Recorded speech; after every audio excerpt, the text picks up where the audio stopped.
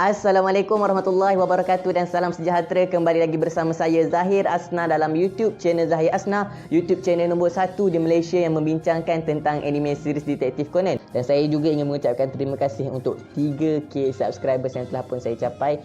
Dan ini semua hanya mampu dicapai dengan bantuan daripada anda semua. So jangan berhenti guys, teruskan support YouTube channel Zahir Asna ni.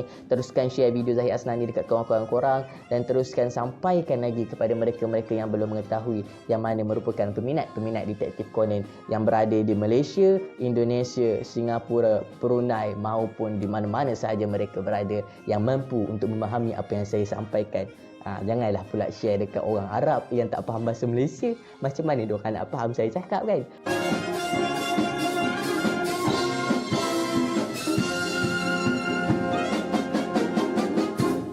Dalam video kita pada hari ini, saya ingin membincangkan tentang satu drug ataupun poison yang tidak asing lagi bagi para penonton anime series Detektif Conan, iaitu APTX 4869 ataupun Apoptoxin Yonhachirokukyu.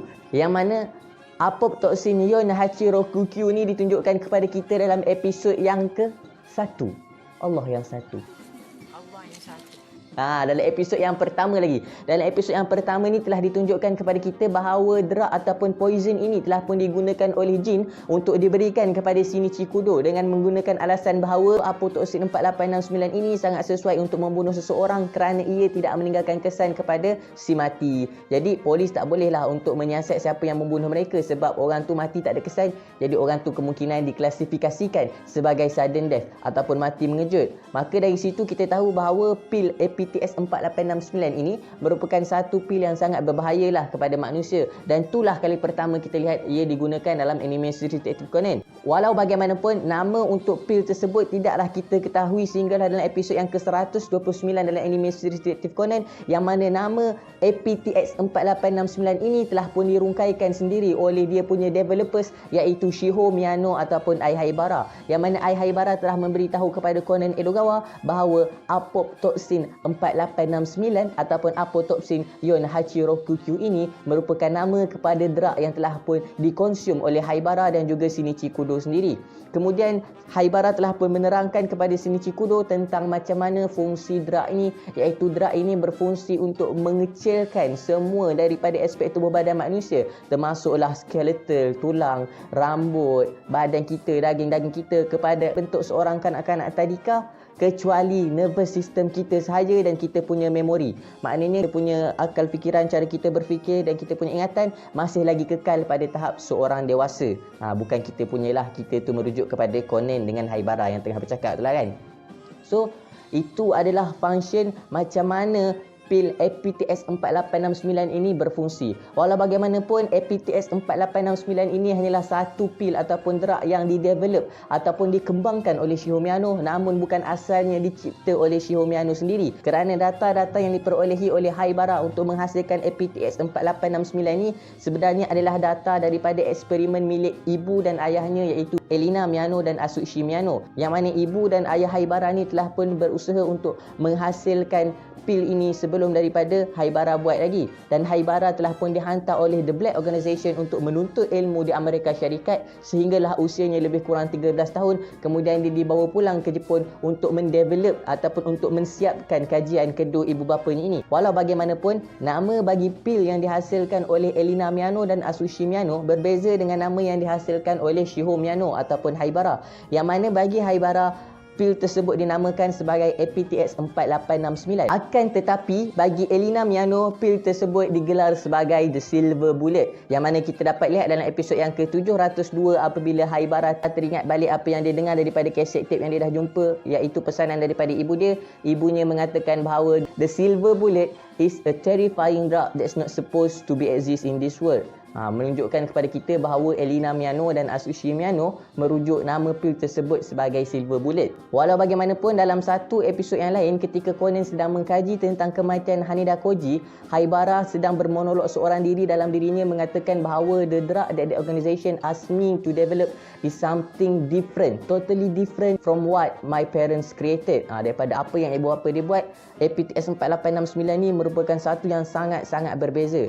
So apa kaitan Silver Bullet dengan APTX 4869 ni kita masih lagi misteri lah sampai hari ni kan. Sebab Haibara kata dia buat satu yang berbeza daripada apa yang dibuat oleh mak dan ayah dia.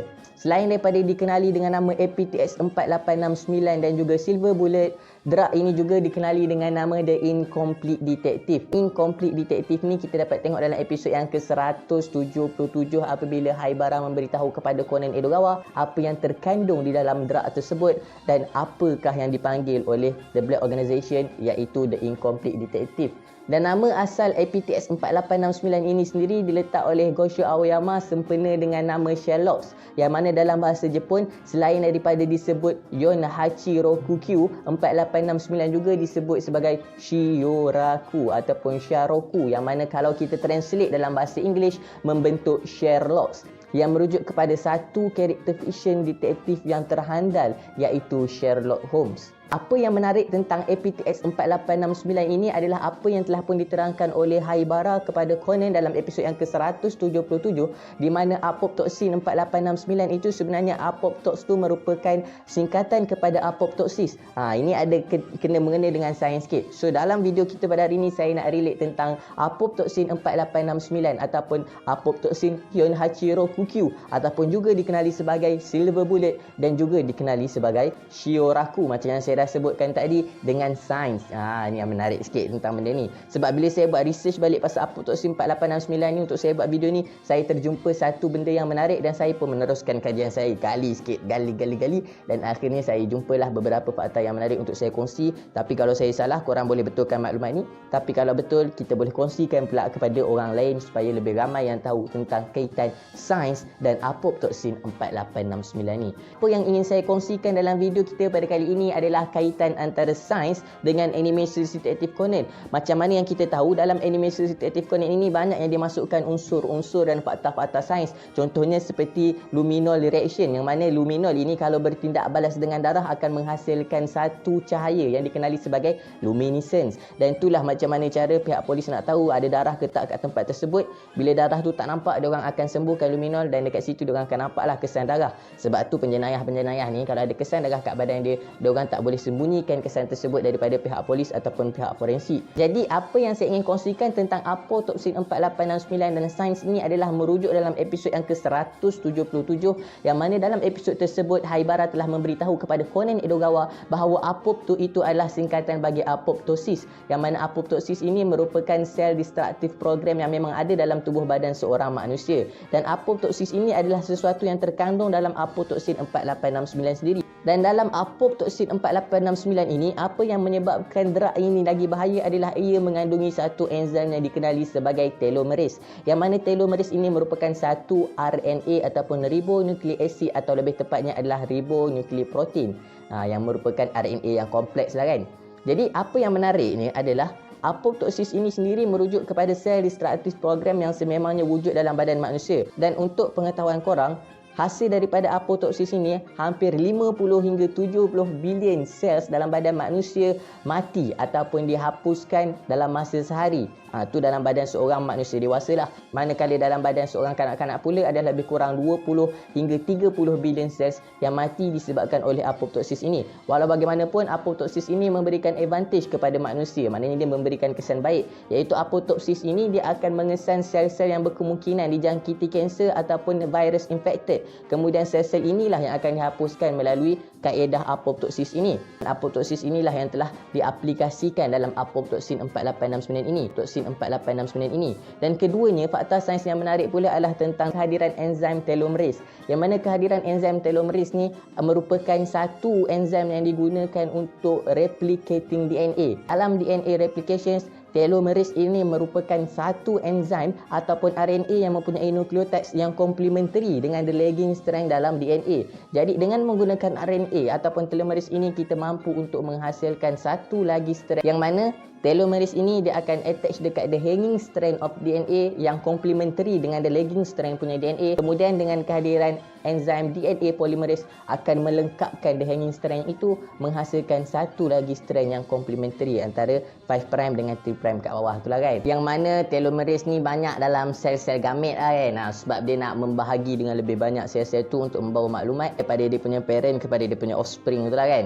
Jadi apa yang menariknya adalah apabila apoptosis dan telomerase ini kedua-duanya terkandung dalam drug yang dihasilkan oleh Shiho Miyano, iaitu dalam APTX 4869, yang mana APTX 4869 ini mengandungi bahan yang mampu menyebabkan apoptosis iaitu cell destruction, kemudian dengan kehadiran telomerase menyebabkan bahan yang ada tersebut boleh membahagi ataupun divide dengan lebih banyak, sehingga menyebabkan cell destruction dalam badan seseorang itu berlaku dengan rapid ataupun dengan lebih laju, sehingga akhirnya menyebabkan badan dia itu mengecil daripada seorang dewasa menjadi seorang kanak-kanak, macam mana yang telah berlaku kepada Haibara dan juga Shinichi Kudo. Walau bagaimanapun APTX 4869 ini mempunyai antidotnya, yang mana antidot ini terdapat dalam Baiju ataupun dalam Paikaru lah, yang kita dapat tengok dalam episod yang ke-177 apabila Conan menyuruh Haibara untuk mencari Paikaru, kerana terdapat bahan dalam Paikaru itu yang boleh menyebabkan reverse reaction of APTX 4869 ini dan merupakan antidot bagi APTX 4869 ini, yang mana lepas diorang minum Paikaru tu,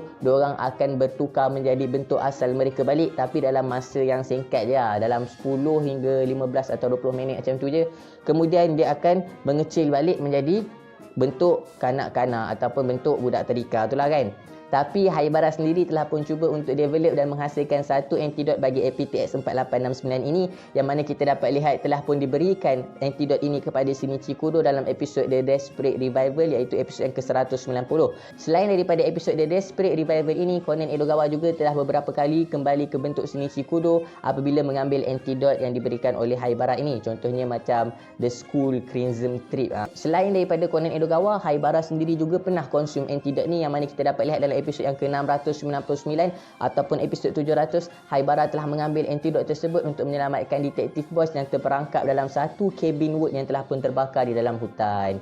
So itulah antara episod-episod yang mana mereka ambil antidot untuk APTX 4869 itu, dan sekarang pun Haibara masih lagi berusaha untuk develop the full antidot, kerana antidot yang dihasilkan tu pun tidak berkesan terlalu lama, boleh berkesan dalam masa 24 jam sahaja bagi penggunaan kali pertama, kemudian bila pakai kali kedua dia akan berkurang tempoh dia untuk kekal dalam badan asal dia, sebab mungkin bila dah ambil banyak kali badan dia dah imun terhadap antidot tu dan menyebabkan kesan dia semakin berkurang.